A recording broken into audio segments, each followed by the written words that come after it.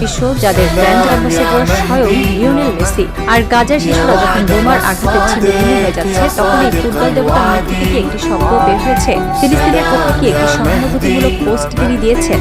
না, তিনি চুপ। কারণ তিনি জানেন তার দেশের প্রেসিডেন্ট হাবিয়ে নিলেই ইসরায়েলের সবচেয়ে বড় বন্ধু। তিনি জানেন তিনি নীরব থেকে মূলত ইসরায়েলের এই বর্বরতাকেই সমর্থন দিয়ে যাচ্ছেন। আর আমরা বাংলাদেশের বোকা ফ্যানরা সেই নীরব বিশ্বাসঘাতকের ছবি বুকে ধারণ করে রাস্তায় ঘুরে বেড়াচ্ছি।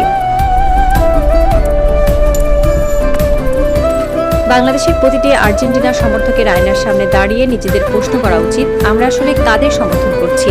আপনি যখন বাজার থেকে 1000 টাকা দিয়ে একটি আর্জেন্টিনার অফিসিয়াল জার্সি কিনেন, আপনি যখন তাদের স্পন্সর করা পণ্যগুলো কিনেন, তখন সেই অর্থের একটি অংশ আর্জেন্টিনার অর্থনীতিতে যুক্ত হয়। আর সেই অর্থনীতি আজ পরিচালিত হচ্ছে এমন এক প্রেসিডেন্টের দ্বারা, যিনি নিজেকে গর্ব করে সবচেয়ে বড় ইহুদিবাদী বলে দাবি করেন। ভাবতে পারেন আপনি এমন একটি দেশের পতাকা আপনার বাড়ির ছাদে উড়াচ্ছেন।